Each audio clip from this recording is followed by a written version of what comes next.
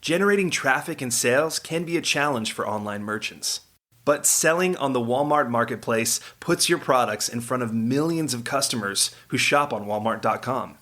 And right now, sellers who join Walmart Marketplace can save up to 50% on referral and fulfillment fees for the first 90 days. So get started today. Head over to marketplace.walmart.com/savings. That's marketplace.walmart.com/savings.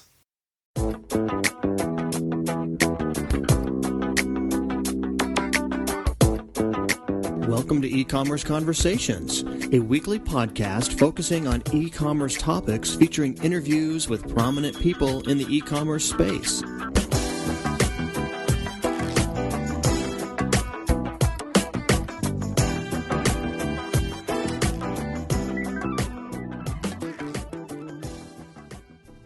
Welcome to E-Commerce Conversations by Practical E-Commerce.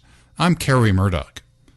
The balancing of copyright law with the dissemination of information on the Internet can sometimes get tangled. And nowhere is that more evident than in the recent so-called Orphaned books settlement, which involves Google's attempt to scan and distribute the content of out-of-print books. To help us understand that federal case and the broader implications of applying U.S. copyright law to the Internet, we are joined by Ed Green. He's an attorney with the firm of Coates and Bennett, and he's an expert on intellectual property law. Well, Ed, thank you for your time today. Well, it's a pleasure to be here. Ed, our audience is e-commerce merchants. Some of them deal in the sales of digital products. There's been an interesting case that many of our readers and listeners are no doubt aware of involving the so-called Orphaned books settlement from Google.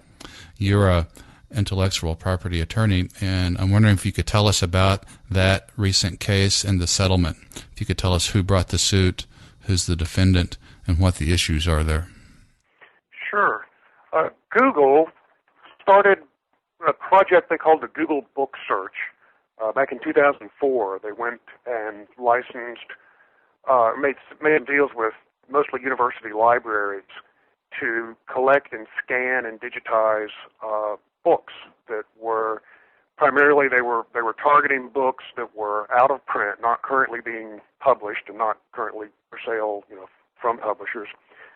And their intent was to put this content out on the Internet and to make it available to a wider audience, since these are not things that you can order anywhere or purchase in a bookstore, and to just preserve the knowledge, to gather up all of these out-of-print books and put them in a single repository. Google was sued by a collection of authors and publishers for copyright violation. The original suit had to do with the fact that Google's plan was to put what they call a snippet of the book out in a searchable database where you could log on and see a few pages out of various chapters of the book, and then later decide whether to purchase the book or not. So the original lawsuit was just over their publishing of these snippets without any kind of copyright license. They went into negotiations. They came up with a settlement in 2008 that they took to the court and was published, and there were thousands of oppositions filed. Several thousand authors wanted out of the suit. They didn't want any part of it. And a lot of other companies, Microsoft and Amazon and various, even the Department of Justice, stepped in and filed a brief and opposed this settlement. So they went back into negotiations. They came up with another settlement in 2009. There was various objections to that. And the latest version of that settlement was presented to a judge in New York recently for approval, as somehow along the way this morphed into a class action lawsuit. And a settlement of a class action lawsuit requires approval of a judge. And the judge went through an analysis and disallowed the settlement, said it wasn't fair and equitable. So basically, they're going back to the drawing board now. The parties that brought suit, the plaintiffs to this case, presumably that's not the copyright holders, because Google couldn't find the copyright holders to begin with. Is that right? Well, it's yes and no. Some of them, they knew who the publishers were, but since the books were no longer in print, Google thought they were doing the authors and the publishers a favor, because it would offer another avenue, or really the only avenue for anybody to make any money off these books, since they're not being printed anymore. And they were also collecting, it wasn't only orphaned works, they were collecting everything out of print. So some of these things were in the public domain, either because the copyright had expired, or they might have been dedicated to the public domain. But a large number of them were so-called orphaned works, works that are out of print but are still under the copyright term. And the organizations that sued were collections of authors and publishers who may or may not have had books in Google's collection, because one of the issues, in fact, one of the things that the judge had really trouble with in this settlement was it wasn't just the works that Google had already scanned, but it had terms about scanning they were going to do in the future, and it's sort of this broad class of works, and there was really no way to know specifically whether whether particular authors' works were in there or not, or were going to be included in some of Google's future activities. So, and the organizations that brought suit were not individual authors; they were professional organizations of authors and publishers. Mm-hmm. How does one go about identifying orphaned works to begin with? Well, that turns out to be very difficult. The term is, of course, not actually a legal term. It's sort of a slang for these collections of works that the law doesn't really address very well. The law, of course, is designed to deal with ongoing works of commercial value. And it turns out that's a huge problem, and that was another issue that the judge found with the settlement. One example that he actually quoted in the opinion was he received a letter from a woman in Texas whose grandfather had self-published his own memoirs in a book called Dust and Snow. And I don't know how many copies were sold, but there's various numbers of these copies of this book out there. That gentleman died in the late 90s, and the copyright to that work passed to his heirs, the copyright is a property right. So his heirs owned the copyright, and they knew who they were, and they knew what their rights were. But anyone who just comes across this book, it's self-published, and the publisher is dead. So without a lot of expensive investigation, this would appear to be an orphaned work, when in fact it wasn't. The copyright, the man's heirs were very much aware of it, and they maintained the copyrights, and they may wish to publish it again sometime in the future.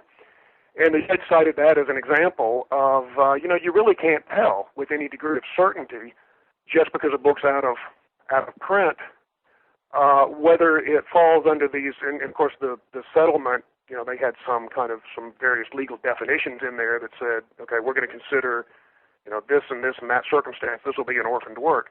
And the court pointed out that a lot of works could fall in there that aren't really orphans. They do have, valid, ongoing copyright holders with interest in the works. So it's just sort of a loose catchphrase that refers to any book or work that's out of print but still has a copyright term.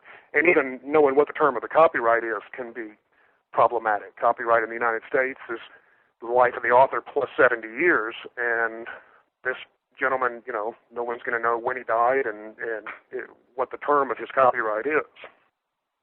So it's a tough nut just trying to figure out what we're talking about. I can see that.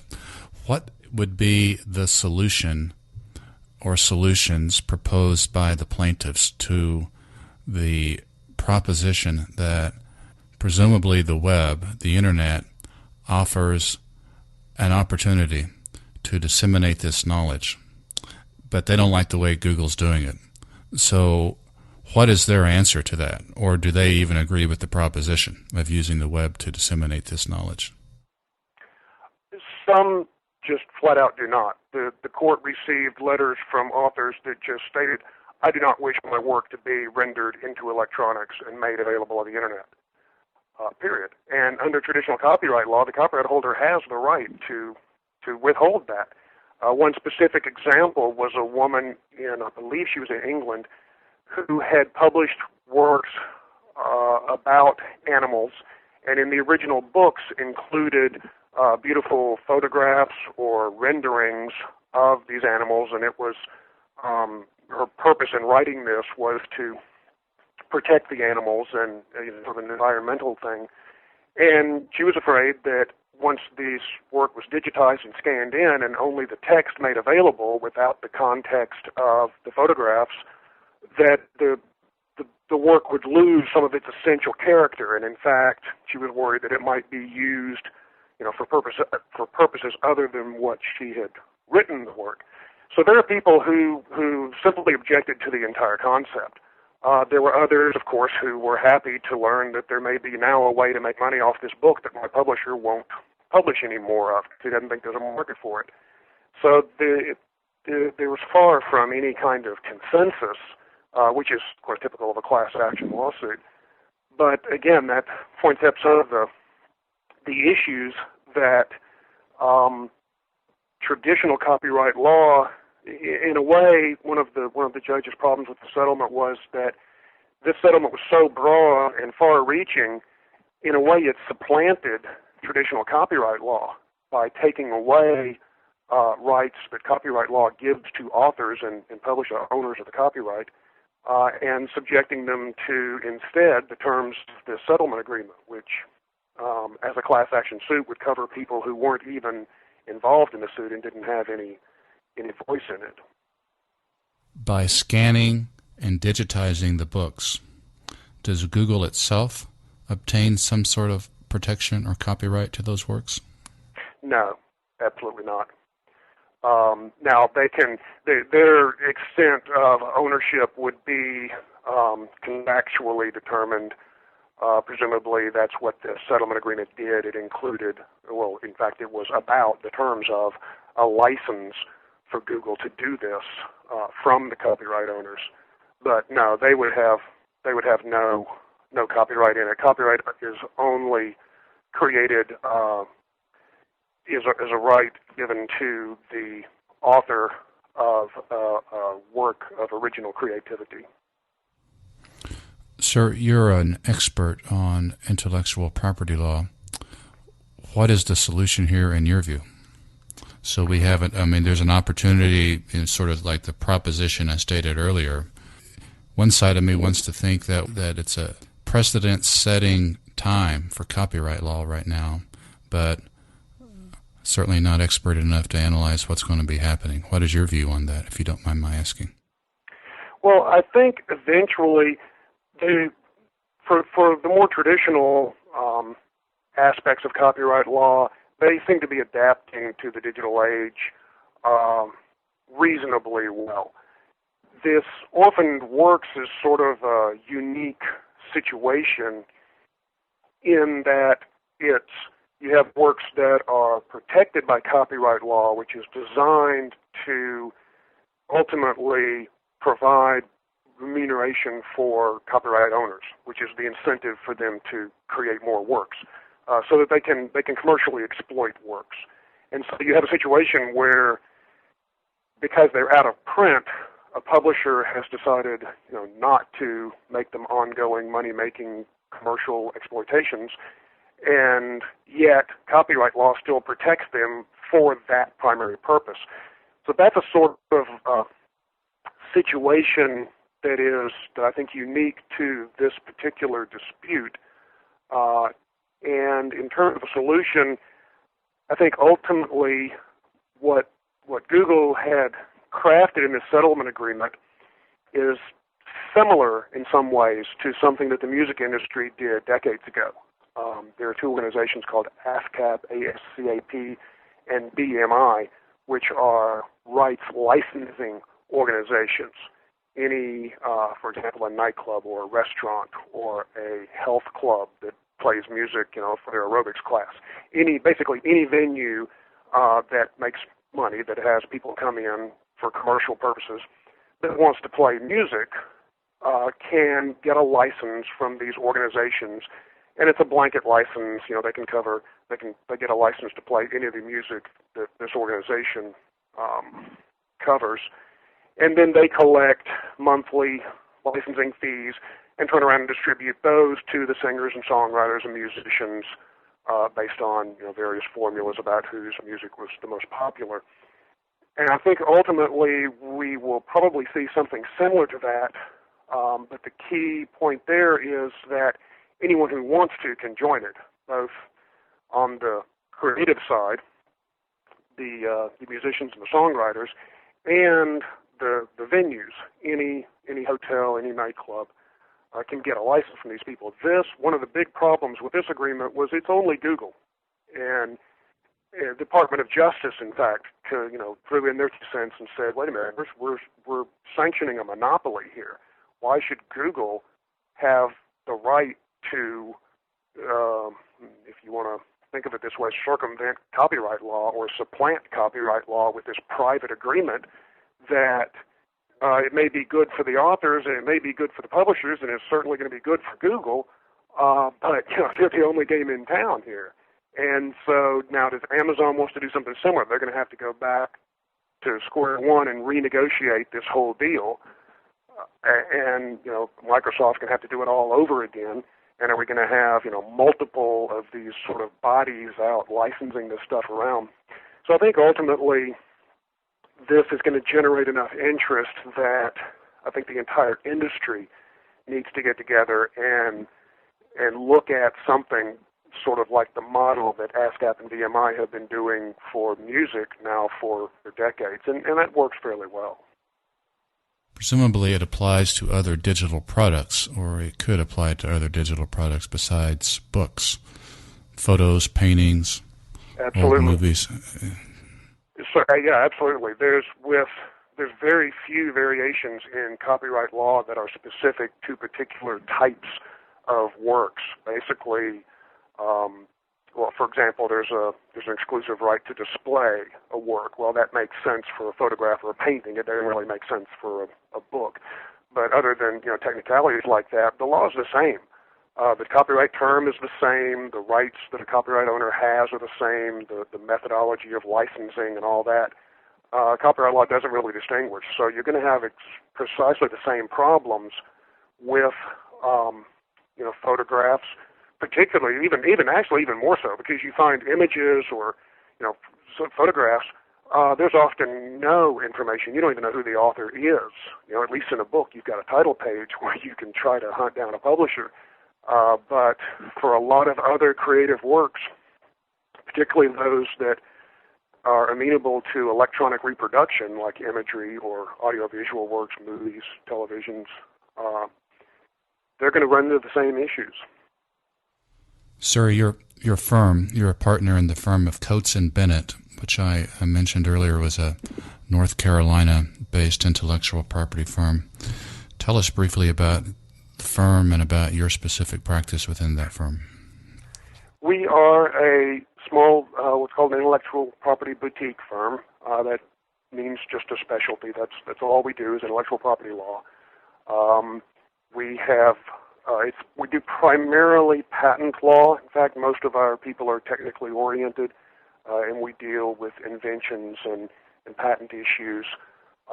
But a part of our practice includes copyright, trademarks, trade secrets, internet issues, and, of course, intellectual property litigation. Okay. We've got just a minute or so left. Anything else on your mind for our listeners who are of course, e-commerce merchants? I find that primarily when people are involved in vending these types of products, if they're selling e-books or images or photographs or something like this. Intellectual property issues like copyright are usually pretty well accounted for because everybody's thinking of them.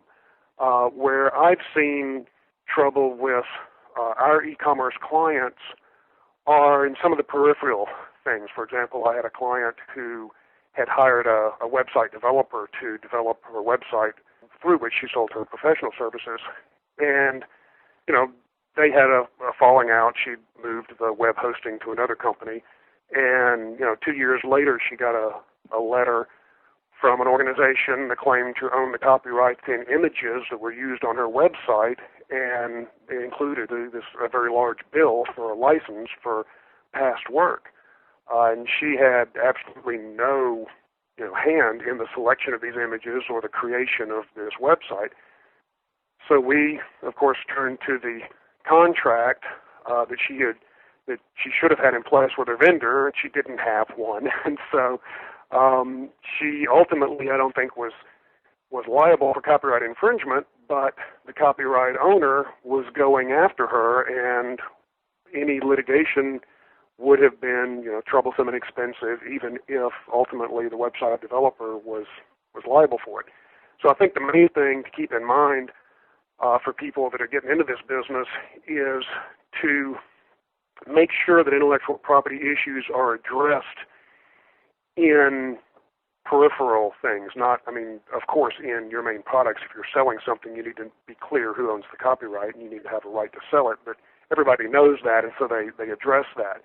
But when you're dealing with, whether it's website developers or advertising firms or anybody else, just be aware of intellectual property issues such as copyright and make sure that your contracts with your vendors at least address it and who's going to be liable for infringement and who has responsibility for clearing these things.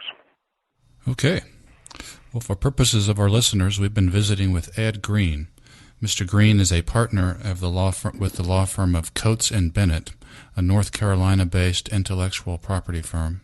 The website for that firm is coatesandbennett.com. I'm going to spell that. That's COATS, Coates and Bennett, BENNETT.com. And Ed Green, we want to thank you for your time today, sir. Well, thank you very much. It's been a pleasure. Thank you.